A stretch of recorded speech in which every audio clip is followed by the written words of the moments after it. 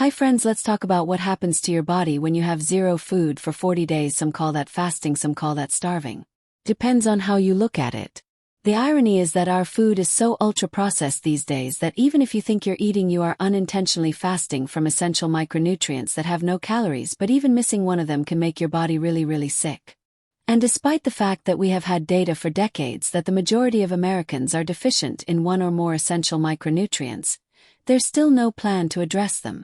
And yet fasting is getting even more popular to help lose weight and reset your body's metabolism.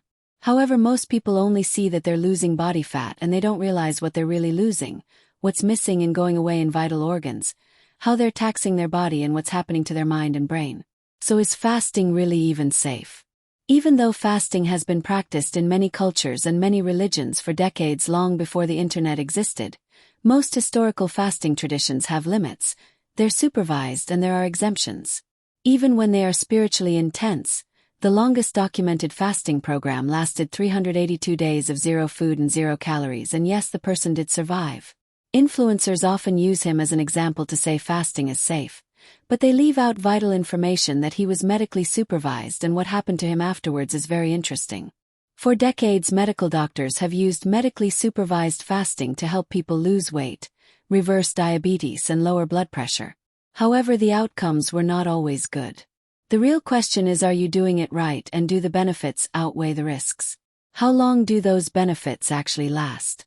What else changes in your body and brain that people aren't telling you? And will fasting improve or reduce your longevity? To understand fasting, we first need to define 3 common terms: prolonged fasting, intermittent fasting, and time-restricted eating. These 3 strategies are often grouped together as fasting, even though they behave very differently in the body. In time-restricted eating, you eat every day but within a limited window, such as 8 to 12 hours, and you fast for the rest of the day. Intermittent fasting means alternating normal eating days with lower calorie or no calorie days, such as the 5:2 method or alternate day fasting. Prolonged fasting means going more than about 24 hours without meaningful calories and continuing that state for several days. During the first 24 hours after your last meal, insulin levels begin to drop while glucagon increases. Insulin is the hormone that promotes fat storage, while glucagon signals the body to release stored energy. Your liver starts releasing stored glucose, called glycogen, to keep blood sugar stable. Glucose is essential for survival, especially for the brain. Your body can also break down fat and some protein to provide energy between meals. Once fasting continues beyond 24 hours, the body begins shifting more strongly into ketosis. Glycogen stores become low and the body increases ketone production from fat. Insulin stays low and fat becomes a major fuel source. However, this stage also comes with risks. The body begins losing electrolytes through urine, sweat, and waste. Micronutrients are no longer being replenished, and the body can start breaking down muscle tissue to obtain amino acids needed for essential functions. This is where something called the triage theory becomes important. The theory suggests that when the body does not receive enough vitamins and minerals, it prioritizes immediate survival. Nutrients are used for essential short-term functions such as energy production, brain activity, and keeping the heart beating. However, processes related to long-term health such as DNA repair, antioxidant defense, immune surveillance, and cellular maintenance become less of a priority. This means a person may not feel sick immediately, even if their micronutrient levels are low. The body keeps basic systems running while gradually reducing long-term repair mechanisms. Over years, this can increase the risk of chronic diseases such as cancer, neurodegenerative conditions, cardiovascular disease, and accelerated aging.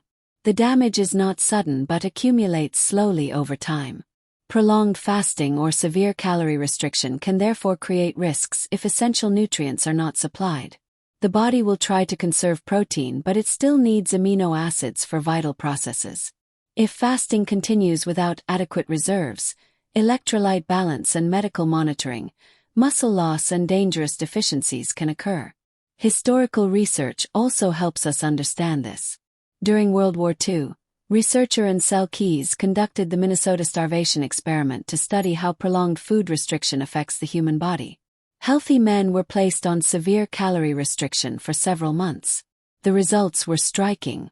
Participants developed intense food obsessions, mood changes, fatigue, and clear physical decline. Their bodies responded to starvation by slowing metabolism and increasing hunger signals.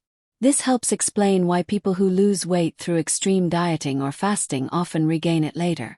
The body adapts by lowering resting metabolism and increasing hunger, making it harder to maintain weight loss. The body is designed to protect itself from perceived starvation. There are also real-world examples of prolonged fasting. One famous case involved a man in Scotland who fasted for 382 days under medical supervision in the 1960s. He lost a massive amount of weight and survived, but doctors observed dangerously low levels of important minerals such as potassium and magnesium. These deficiencies required monitoring and supplementation to prevent life-threatening complications. Another case involved a 36-year-old man who attempted a 40-day fast on his own while drinking only water. He developed confusion, double vision, and difficulty walking. Doctors discovered that he had developed Wernicke's encephalopathy, a neurological condition caused by severe vitamin B1 deficiency.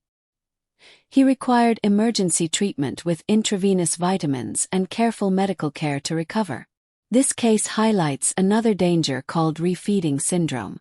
When someone who has been starving suddenly begins eating again, dangerous shifts in electrolytes such as phosphate, potassium, and magnesium can occur.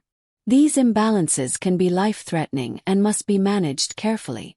The key lesson is that prolonged fasting without medical supervision and proper nutrient support can be extremely dangerous. Even young and otherwise healthy people can develop severe deficiencies, brain injury, or metabolic complications. While fasting can have certain health benefits, especially when done carefully and for shorter periods, extreme fasting is not necessary for weight loss or metabolic health. Safer strategies exist that focus on balanced nutrition, adequate protein, sufficient micronutrients, and sustainable lifestyle habits that protect both metabolism and long-term health.